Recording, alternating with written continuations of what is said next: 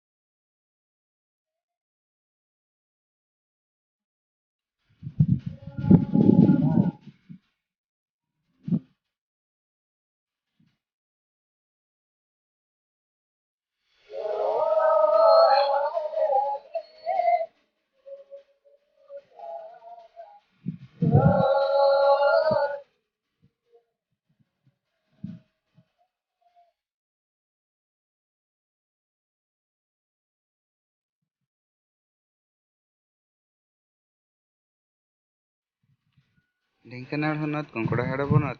इंडियापसी अतु रे तेहेन 27 फेब्रुआरी 2021 जेरुम महार हित रे खेरवाड़ कोरिन अनल बोंगा बिदु चंदन को बोंगा बुरु केआ। नोआ बोंगा बुरु रे चिंडियापुस अतु रेन सनाम आयो को बाबा को तुलुज मची बाबा नायके बाबा साव ओना अतु रेन ऑलचिकी ते इतुनोग कान आचेत आचेतनी को तुलुज बोंगा बुरु कमी हरा हुईसा तेना। आचेत आचेतनी को मेन लेकाते मांग दो आको अतु रे दिकु कुरेन बोंगा जेमन गणेश पूजा सरस्वती पूजा को मानाव ताहेत मेनखान ऑलचिकी ते इतुनेन तायम ओना को बगी काते तेहेन खन दो बिदु चंदन को बोंगा हकिना चेदा ची बिदु चंदन दो खेरवाड़ कुरेन अनल बोंगा कना किन आर पंडित रघुनाथ मुर्मू जहाँ की परसी सिंह चंदो हो बिदु चंदन ध्यान कते गे ऑलचिकी किन बेनाव लेहा आर अड़ी आयमा पतो पुथी होकिन ऑल हटवा कोआत बोना।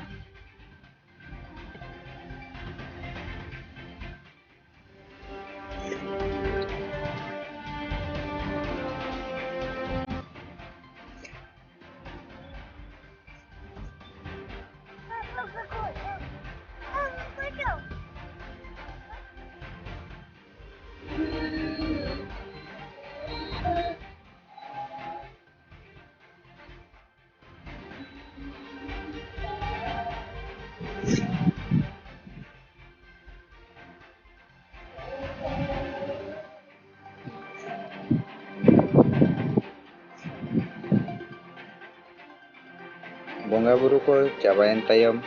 नेहर सेरेंग को हुयन तायम नायके बाबा ओना अतु रेन कटिज कटिज गिद्रा को ऑलचिकी ते किन इतुन केत कोआ ऑलचिकी ऑल बोंगा समांग रे किन ऑल हचो केत कोआ साव ओना अतु हर को बोंगा बुरु समांग रे किरा को हताव किया ऑलचिकी को हराय बुरुई आर सेणाया को मेनते।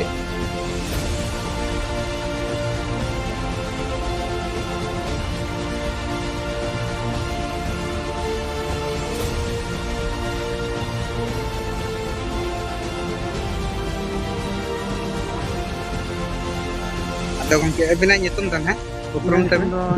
हेमंत कुमार हेम्ब्रम। अच्छा तो तेहेन नडे नुन संगे बो जारा कान तो चेन हा हुई कान थान चेन नते तेहेन तो माघ कुनमी कना से आर आबो तेहेन बिदु चंदन बोंगा नडे बोन रहा तेहेन तो हुई कना बिदु चंदन बोंगा आले तुले कोराया तेहेन जे फर्स्ट टाइम निया था अतो नुकिन तो ना चिली बोंगा कना ना नुकिन तो अबोई अनल गुरु मेंते बन अतो नुकिन तो बार होड़ा किन सेम मिते माने कमा बाले बडाया का तो निदा बडाया का तो ओडी रस्ते का तो दिया तो आने में मेना टाइम तो ज्यादा रिस्क दरा हुई मा मेंते ना अच्छा तेहेन नडे तो मिद अतु रेन होड़ के बो जारा हकने से आर हो एटा अतु कुरेन हो को हेजा बांगा मिटोला ने अडे सर गमके बिना उपरम दो अलिया nyutum दो हुई कना नरेंद्र हेम्ब्रम। अतु दो सिंडिया पोस्ट डोंगापाड़ पोस्ट ऑफिस कोकड़ाहाड़ जिला दो ढेंकानाल अदो तेहेन हा नोडे बो जारा हकान दो अदो तेहेन कमी होरा इदियाते चेत को बो चिका किया तेहेन दो नोडे आबा माघ कुनामी पुइलु खन गे आंजम बड़ा कान तहत गया माघ कुनामी रे दो आबा बिदु चंदन बोंगा मेना नुआ बोंगा बुरु को तो सेदाय को तो बाले बड़ा ले तबे नो पंडित रघुनाथ मुर्मू तकिना ऑल चिकी टेट खन गे कटी कटी पसना इदीते आले को मेट को मार्शल इदीते नेस गे ना ले तो होबे नो ना बिदु